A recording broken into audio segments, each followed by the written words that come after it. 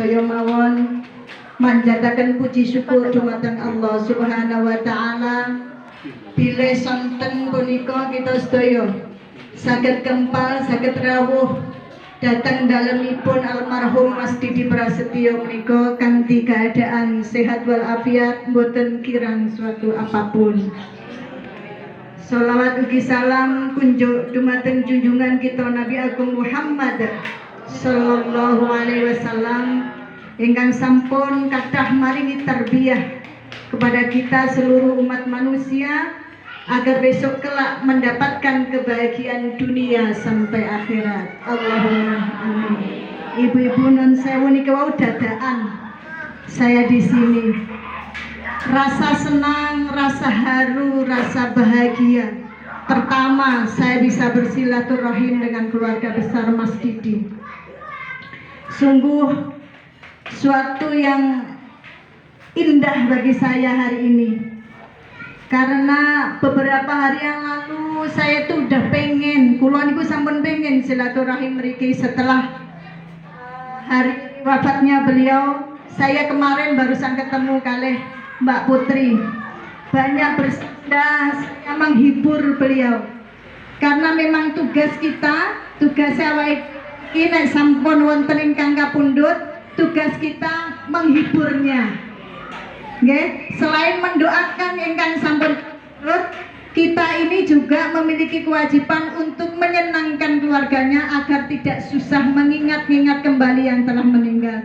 Keranten memang wajar kalau tinggal apalagi mendadak mereka susah ngobatin, susah apalagi kalau masih sayang-sayangnya ditinggal. Masya Allah, sabar ya Mbak Putri ya, sabar insya Allah Mbak Putri mereka jembar manah insya Allah ya. Kula datang mriki badhe matur ndak banyak, matur wonten setunggalipun hadis, uzkuru mahasina mautakum wa kufuan masawihi. Satu pesan singkat Rasulullah tapi sangat-sangat ini penting kita sampaikan di sini. Uzkuru mahasina mautakum, sebutlah kebaikan-kebaikan orang yang telah meninggal di antara kamu. Wong nek wis meninggal menika ojo disebutne eleke. Wa kufuan masawihi, dan tutuplah seluruh keburukannya. Karena apa? Menungso niku ndak sempurna. Waktu hidup niku nggih sempurna. Kula ngeten iki jeneng anggap sempurna. Dandan ayu teng ngarepe jenengan nek turu kadang kula Allah. Kan gak sempurna juga. Ya kan tiyang niku gak ono sing sempurna. Maka pesan Nabi sebutan sing apik-apik. Nah, di sini saya akan menceritakan, menyebutkan. Saya ndak lama ketemu Mas Didi. Saya ndak begitu sering ketemu beliau. Tetapi 1-2 kali saya bertemu, kesan saya sangat mendalam kepada beliau. Ini saya cerita karena Nabi suruh menceritakan kebaikan beliau yang mungkin jenengan nggak tahu.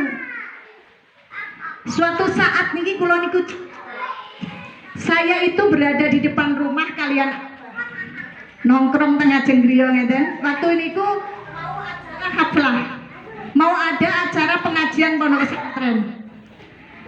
Tanpa saya sengaja itu saya melihat ada mobil box, mobil loper nih saya ingin jenengan kenale. Lewat niku wonten gambar Didi. Nah, gambar itu di situ ternyata Mas Didi itu jadi brandnya teh sepeda balap. Kalau saya eling nggih tau Mbak Putri nggih. Kula lewat, loh, Mas Didi keren jadi brand. Nggih, maklum saja karena beliau orang yang terkenal. Nggih. Nek panjenengan brandnya napa? Brandnya apa, Bu? Onde-onde. Pantes nek awake dhewe brand onde-onde bunder kabeh soalnya. Brand tas sepeda balap. Saya akhirnya spontan saya tuh ngebel beliau. Saya ngebel Mas Didi. Assalamualaikum Mas Didi. Mas Didi renyah sekali. Waalaikumsalam. Mboten dawuh Mbak Indah. Orangnya itu beliau meskipun terkenal, nggih, tapi nek kembali ke kampung itu ya Mas Didi. Benten mboten? Enggak beda kan? Meskipun orang yang sangat-sangat membumi. Ketika ketemu beliau, saya telepon juga renyah sekali. Wonten dawuh Mbak Indah, wonten nopo? Mas Didi, aku mah ngerti sampean fotomu gede nenggon box sepeda balap. Mas Didi paling kiar opo iki? Katen ngono. Saya gini, Mas, kan gonanku ada pengajian. Ada pengajian yang datang banyak, ribuan orang Mas. Kalau pengajian haflah teng pondok kan kathah nggih nang rawuh. Bengi-bengi Mas, adem. Saya itu biasanya cuma nyuguhi air putih, air mineral sama jajan. Gak uangin loh Mas. Umpama mbok gawe teh insyaallah wong ora padha masuk angin. Teh hangat. Wong ngeten Mbak Indah. Oh nggih nompel. Setelah itu benar berselang 2 hari, saya 1 hari sebelum ada haflah itu ada telepon dari orang yang menyampaikan dari Mas Didi, nanti pondok itu mau dikasih teh sak cukupe wong pengajian. Masya Allah, aku gak ngedukne proposal. Mas Didi kan cuma sekedar brandnya, bukan ownernya, bukan pemiliknya. Tetapi beliau itu kalau untuk pengajian, saya bilang, Mas itu untuk pengajian. Oh kamu pengajian Mbak Indah, oh nggih. Saya itu akhirnya waktu pengajian dikirim. Di sana ada beberapa orang disuruh untuk membuatkan teh langsung. Jadi biasanya orang-orang di sana saya kasih aku uang mawon kali jajan, ya. Tapi itu ditambahin teh kali jadi. Dan spontanitas, aku gak nggak proposal. Namanya biasanya kalau di perusahaan, jangankan kok teh ribuan. Nggih, wong nyuwun bendera atau payung aja dadak ngebone proposal to nggih. Itu duit 1.000 lho dadak ngedokne proposal nang perusahaan. Tapi ini tidak, Mas Didi spontanitas. Nah, ini saya ceritakan kenapa kebaikan beliau spontanitas ini gak mikir opo-opo, ngerti nih kanggo pengajian. Beliau langsung mengiyakan. Saya kira pemiliknya, kalau Mas Didi yang meminta pasti dikabulkan. Nek aku sing njaluk nek pemilik perusahaan belum tentu langsung dikasih. Mesti kon ngajukne proposal dan lain sebagainya. Tapi karena minta Mas Didi untuk pengajian, langsung dikasih. Masya Allah. Ini ketoke sepele. Tapi kebaikan itu meskipun kecil, tetapi kalau dilandasi dengan keikhlasan, saya kira yakin saya, Mas Didi kan waktu itu ikhlas tulus. Ngerti nggak kanggo ngaji? Itulah yang insya Allah termasuk salah satu amal yang mengantarkan Mas Didi ke surga. Allahumma. Itu jadi hal kecil yang dilakukan dengan ikhlas, gak pikir opo-opo. Itu salah satu kebaikan beliau. Tanpa tadi ngaleng-ngaleng, oh nggih. Itu saya kenang terus. Saya ceritakan ke santri-santri saya. Dulu pernah saya disumbang mic. Untuk apa? Karena Nabi menyuruh kita itu menceritakan kebaikan. Nek tonggone jenengan itu meninggal, keluarganya, pasangannya meninggal, ceritakan yang baik-baik. Malah diparing apa critakno, karena itu anjuran Nabi. Sebaliknya, wa kufuwan masawihim, tutupen eleke. Orang niku mboten enten si jangkep. Mas Didi wong terkenal, duitnya akeh, godaannya juga banyak, ya kan? Tetapi menungso ndak ada yang sempurna. Kalau ada keburukan apapun, tutup semua rapat-rapat sambil istighfar. Didongak nih, semoga kesalahan beliau diampuni oleh Allah Subhanahu Wa Taala. Itu saya berdiri di sini hanya untuk menyampaikan satu kebaikan Mas Didi yang sampai sekarang membekas dalam benak saya. Kedua, saya pernah juga ketemu beliau waktu saya itu tugas buah Mbak ya. Saya terpanggil, saya di toko buah. Terakhir ketemu Mas Didi itu. Waktu itu saya melihat ada orang cantik sekali, kerudungnya putih, bajunya muslimat, sopo. Toko buah, malam jemah, seeleng aku. Malam jemah neng toko buah ABC, kok enek wong ayu, jilbabe putih, resik, wajahnya bersinar, kelam muslimat. Aku ngire, tak lirik itu mesti kui dulurku. Sebabnya kelambine muslimat. tak ingeti, tak lirik, iso ndur ngisor, masya Allah, ternyata Saputri. Tak ceblek belek. Gusti, aku wis ndek pondok gak nggo klambi muslimat. Sing pengurus muslimat gak nggo klambi muslimat, awakmu ya Allah isin aku sampean. Luar biasa. Kesederhanaan Mbak Putri ini yang saya sendiri juga belajar. Bojone maestro, tingkat bukan hanya level nasional bahkan internasional. Pada waktu itu dikenal semua orang, tapi Mbak Fitri tetep Mbak. Nggih toh? Ya wis ngono kuwi gak malih jog mbiyen. Lugu jabang bayi.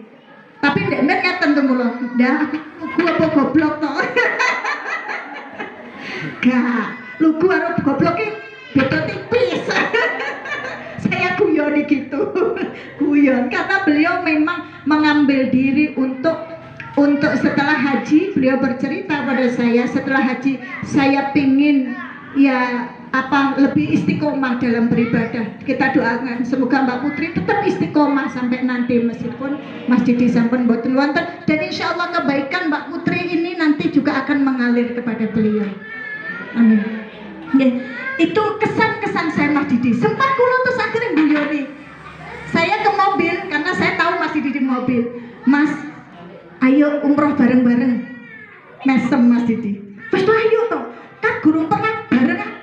Engko lak rame nek karo aku. Biasa kula nek gawe rame-rame sampun nyenten sing umroh kali kula mriki. Namun Mbak Rambat nggih.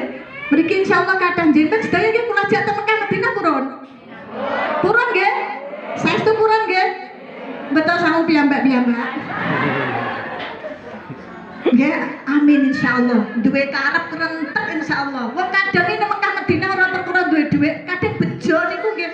Kadang saged niki cerita, bojo kula abahe. Abahe niku riyen haji niku gak nggo dhuwit, Bu. Dihajekne kah Rono niku nggih, suwun tembae karena sudah ngabdi lama di pesantren, tapi kan derek tes tim petugas haji Indonesia. Derek tes nami luar tes. Terus direkomendasi hilang. Iso haji digawani sangu dinggo rabi. Dadi sangune abah niku riyen kula manten anyar niku entuk bekal dari kondore haji, jadi petugas wis ora bayar, entuk bayaran kena nggo nyenenge bojo. Pemenang manten anyar. Nah, ya, itu saya ceritakan nek haji niku sing penting rentek karep nggih teng Mekah Madinah. Rentek karep insyaallah nanti rezeki ingkang nderek. Niku dados kula ingetaken malih monggo kita sami sedaya mawon ngeling-eling apike wong sudah meninggal. Nah niki wonten setunggalipun hadis malih. Satu hadis saking Abu Hurairah. Nabi niku pernah bareng-bareng mlaku kalih para sahabat. Mlaku kalih para sahabat tiba-tiba Nabi niku mandeg jeger ngeten teng sebelahe kuburan.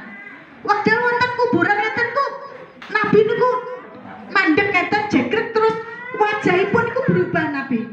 Ketok kaget, ketinggal kaget terus wajahnya merah kaget berhenti. Sahabat bingung. Nabi, ada apa kok berhenti wonten napa Nabi? Kok berhenti padahal kan dereng sampai. Nabi diam. Diam sambil mendengarkan terus. Setelah itu Nabi bertanya pada sahabat, apakah engkau tidak mendengar suara yang ada di alam kubur? Tidak Nabi. Terus akhirnya Nabi itu ambil pelepah kurma niku kalih. Nabi pireng wonten wong lanang loro nangis teng jero kuburan. Kuburan loro niku enten tiyang nangis. Nangis gero-gero tersiksa di dalam kubur. Nabi pireng tapi sahabat tidak dengar.